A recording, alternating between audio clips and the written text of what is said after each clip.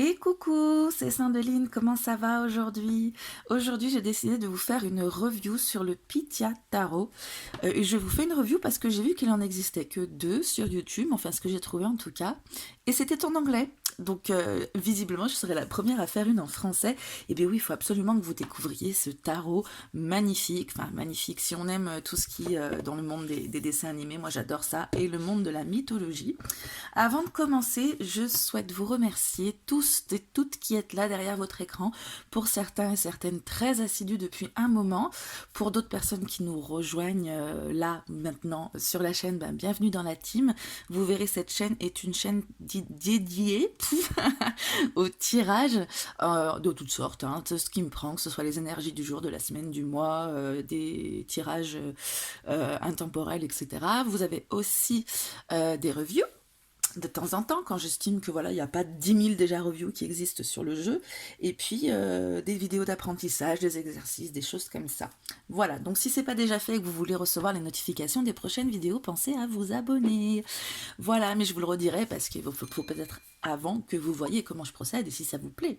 Et donc comment je procède? Eh ben, on va faire la review de ce jeu. D'habitude, je fais des reviews qui sont assez plutôt rapide. J'aime pas quand on passe tout en revue, mais là il n'y a pas d'autres reviews en français, donc on va quand même prendre un petit peu le temps, même si voilà, j'ai déjà déballé le jeu parce que l'unboxing, le machin, le truc, tout, c'est chiant, hein, faut le dire.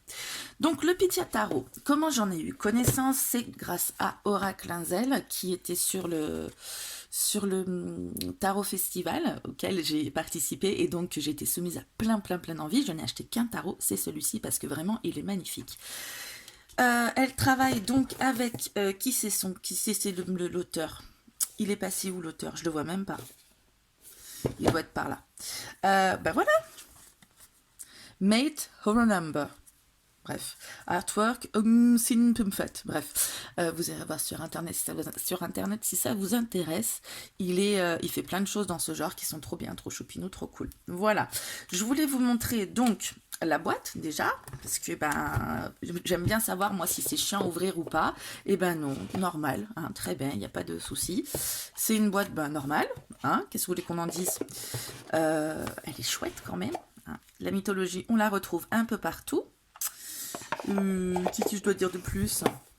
Comment il se compose, on a un petit aperçu. Et c'est un oracle avec 22 majeurs, 16 mineurs, 16 mineurs, 14 figures de cour et 4 cartes spéciales. Donc on en a 82 en tout. Si j'oublie de dire des trucs, hein, parce que je suis pas une grande spécialiste de la review, hein, j'en fais pas toutes les 2 secondes, donc vous me demandez, vous me posez des questions, c'est pas la peine de me disputer quand même, hein, vous me demandez. Donc une carte pour vous présenter le Pythia Tarot, le dos de deck, qui est ben, sympa, hein, on se croirait Astérix chez les dieux, ou je sais pas, en tout cas moi ça me plaît vachement. Ben, la qualité de la carte elle est nickel, ni trop épaisse, ni trop fine. Enfin voilà, le genre de jeu comme j'aime, quoi. C'est impeccable, c'est un peu souple, mais pas tant. Enfin, pas, voilà, ce qu'il faut, quoi. La tranche est dorée, mais dorée paillettes. Je sais pas si vous voyez avec le reflet, ça fait des arcs-en-ciel. C'est joli. Et on a le certificat, un petit mot. Thanks very much, j'imagine, mate. Donc c'est son nom, mate horror number. Encore une petite présentation du jeu, mais cette fois avec le petit dessin qui va bien. Une petite carte pour prendre des notes. Et on est parti pour la review du tarot. Donc on a pour chaque carte avec un arcane majeur ou une carte de cour, on a le mot ici pour nous indiquer quel dieu ou déesse, de quel dieu ou déesse il s'agit et nous indiquer qu'est-ce que c'est. Alors, première carte supplémentaire, Callisti. Je vais décrire un petit peu, hein, donc ça va être un petit peu pas trop court, mais bon. Enfin, il faut que je le fasse quand même. La pomme dorée de la discorde pour les fairest, les plus honnêtes. Je vais essayer de pas trop bégayer dans ma traduction. Alors, on a ici le fou. Est-ce qu'on y voit bien clair? Ouais, on y voit bien clair. Le fou, donc c'est Dionysos, le dieu du vin, de la fête et du plaisir. Ensuite, le magicien, il s'agit d'Hermès, le messager des dieux, du commerce, des voyages et des voleurs. Ici, la grande prêtresse, nous avons Perséphone, la déesse de la fertilité et la reine du monde souterrain. L'impératrice, il s'agit de Déméter, la déesse de la récolte et du grain. L'empereur, Zeus, le dieu du ciel et régisseur de tous les gods. Tous les dieux, pardon, God, je l'ai sous les yeux, donc ça va être compliqué. Il y a des chances que je dise goddess ou God ou les deux de Dieu, de tout, ouais, régisseur, ruler, celui qui gère les règles de tous les dieux. Ensuite, ça va être folklorique hein, si c'est des gods au bout d'un moment. N'importe quoi. Alors, le hiérophante. Chiron, le grand sage et le tuteur des héros. Les amoureux. Aphrodite, la déesse de la beauté, de l'amour et de la passion. Le chariot, il s'agit de Arès, le dieu de la guerre et de l'esprit de bataille, de l'esprit belliqueux peut-être on peut dire. La force maintient donc Hercule, le cadeau glorieux de Héra et tueur du lion de Némésis. Et on a une deuxième force, hein, parce que ça peut être un monsieur, mais ça peut être une madame. Et si on prend la madame, il s'agit de Circé, la sorcière de Aeaea. Je sais pas qui c'est. Faudra me dire sorcière de Aea, ça doit être un lieu, je pense, mais bon.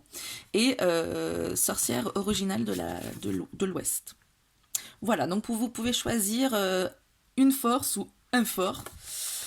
Ensuite, avec l'ermite, il s'agit de Chrono, le titan du temps, et le roi des titans. Ça fait beaucoup de temps. La roue de fortune, bien sûr, on la voit parfois représentée dans certains jeux par les Moira, et c'est donc ici les Moira, la goddess, oh, voilà, j'y reviens, hein.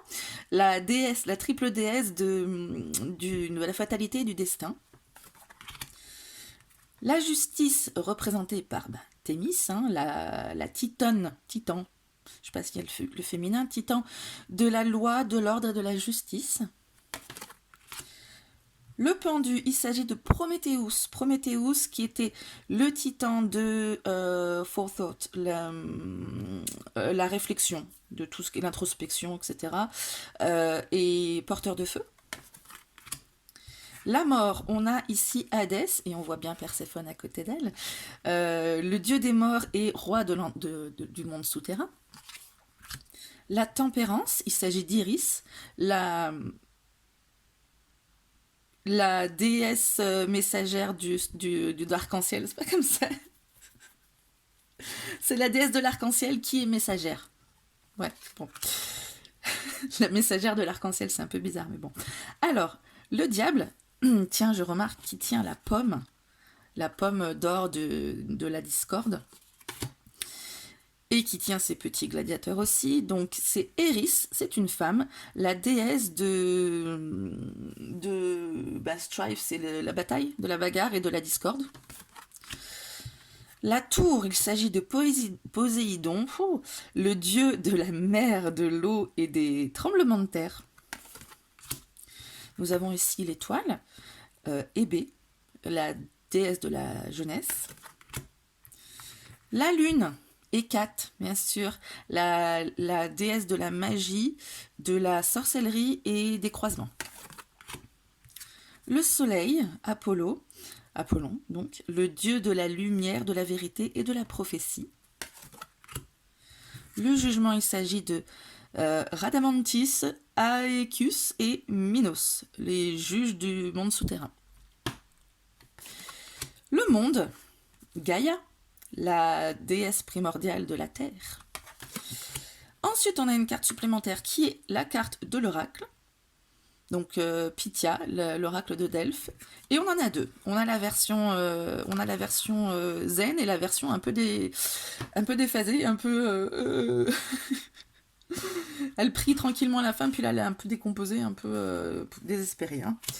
Allez, on passe aux arcanes mineurs. Donc vous allez voir, il y a des scènes pour les mineurs, mais il y a pas de nom. Donc je ne sais pas qu'est-ce qui se passe, qui sait. Si vous arrivez à m'aider à retrouver ce que c'est, vous me le direz en commentaire. Donc l'as de bâton, c'est la statue. On n'est pas sorti de l'auberge, hein. J'ai déjà fait pas mal de bafouilles à ce stade-là.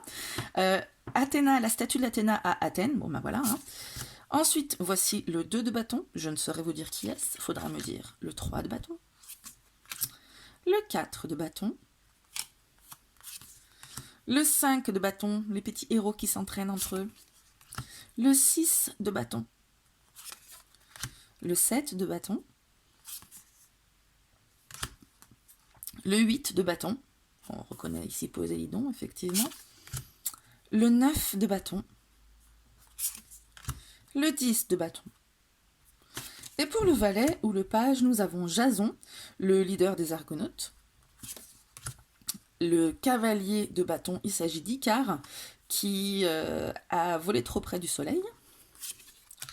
La reine de bâton, voilà Hestia, la déesse du foyer et de la famille. Hearth, c'est le foyer, home, c'est le foyer, la maison. Et Hearth, c'est le foyer, notre cocon. Donc, de foyer, de la maison et de la famille. Voilà. Ensuite, pour le roi de bâton, c'est Héphaïstos, Héphaïstus, si, le dieu de la forge, du feu et des artificiers célestes. On passe aux coupes. Alors avec l'as de coupe, on est sur la statue d'Héra à Argos. Et voilà nos petits personnages, les petites scénettes avec le 2 de coupe, le 3 de coupe, le 4 de coupe, le 5 de coupe, le 6 de coupe toujours, hein, le 7 de coupe, le 8, le 9 de coupe, et voici le 10 de coupe. Pour le page de coupe, on retrouve Pandore, la première femme et cadeau des dieux, qui a eu la bonne idée d'ouvrir la boîte. Ensuite, le cavalier de coupe, il s'agit de Asclépius, je ne sais pas qui c'est, donc j'ai pas le nom en français. J'y connais pas assez en mythologie, vous allez vous dire, mais oui, mais c'est pour apprendre parce que j'adore ça quand même. Le roi de la médecine, le dieu de la médecine, God, le dieu de la médecine. La reine de coupe, Héra, la déesse du mariage et la reine de tous les dieux. Le roi de coupe, Orpheus, le great bard, le grand bard, non pas grand, mais le barde très connu et musicien légendaire. Le grand barde et musicien légendaire. L'as d'épée, pardon. Il s'agit de la statue d'Arès à Rome. Voilà le 2 d'épée. Le 3 d'épée, j'apprécie particulièrement qu'on ne voit pas, pour une fois, un cœur transpercé de 3 épées. On a quand même l'âme du 3 d'épée ici, mais elle est quand même beaucoup moins violente, je trouve. Le 4 d'épée, le 5 d'épée, le 6, le 7 d'épée, le 8 d'épée. Et qui c'est donc, je sais pas, je l'ai sur le bout de la langue, là, cette femme qui est livrée à... comment elle s'appelle ? Il faudra me dire comment elle s'appelle, je l'ai au bout de la langue. D'accord ? Je voudrais savoir. Le 9 d'épée. Le 10 d'épée.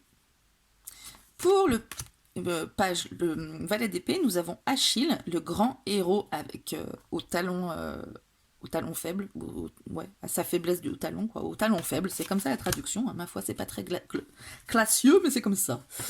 Le cavalier d'épée, Persée, pardon, le tueur de Méduse. Ensuite, la reine d'épée, il s'agit de Athéna, la déesse de la sagesse, comment on appelle ça, de ce qu'on fait pour la guerre, de la fabrique de la guerre, et du craft de ce qu'on fabrique. Tous les trucs, l'art de la guerre, en fait, tout ça. Le roi d'épée, il s'agit de Odyssée, le Cunning King, le grand roi et le Cunning, je vous avouerai que je sais plus le mot. Bah tiens donc. Et le grand conteur d'histoire. L'as de pentacle, il s'agit de la statue de Déméter à Éluse. Voici le 2 de pentacle, le 3 de pentacle, le 4 de pentacle, le 5 de pentacle.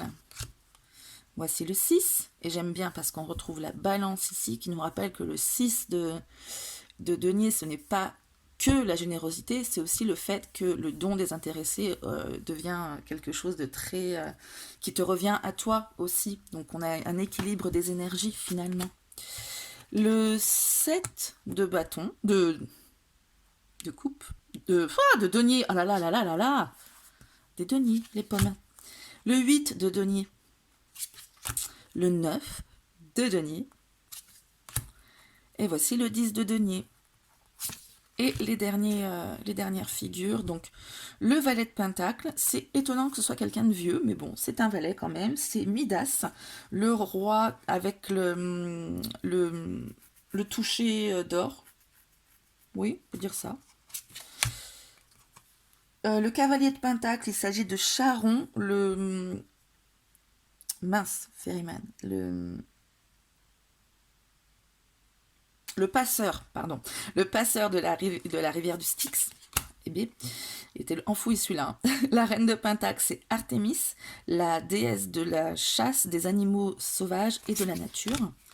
Et voici le roi de pentacle, qui est Plutus, donc Pluton, je pense, le dieu de la santé. Non, wealth, c'est pas la health, le dieu de l'abondance. D'ailleurs, l'image le reflète bien, moi qui suis penchée sur les mots. Et voilà, thank you for your support. Donc, c'est un jeu auto-édité. Je l'ai eu à 63,9 €, hein, donc ça reste quelque chose un prix très raisonnable pour de l'auto-édité. Hein. Après, il faut savoir ce qu'on veut, mais voilà, je trouve ça vraiment super. Si vous avez des questions, si j'ai oublié certaines précisions par rapport à cette review, posez-les-moi en commentaire, on peut papoter aussi, de tout et de rien. Si vous avez aimé, malgré toutes mes bafouilles et mes cafouillements et mes traductions qui étaient parfois aléatoires, bah oui, parce qu'elles venaient du cœur, j'ai pas fait tout de suite, voilà. Pensez à vous abonner et puis à cliquer sur le pouce en l'air si vous avez aimé. Ça paraît rien comme ça, mais ça m'aide, vous imaginez pas à quel point. Voilà, vous pouvez aussi partager pour répondre la bonne parole parce que c'est un jeu vraiment, je trouve, qui gagne à être connu. Voilà, après c'est un style qu'il faut aimer, mais bon, moi ça me plaît beaucoup. Donc si ça vous plaît beaucoup, pareil. Et puis, 1000, attention, hein, il n'y en a pas pour tout le monde. Hein. J'ai le numéro 287, visiblement. Bien écoutez, je vous fais plein de bisous. Je vous dis à très bientôt pour la prochaine vidéo. Ciao!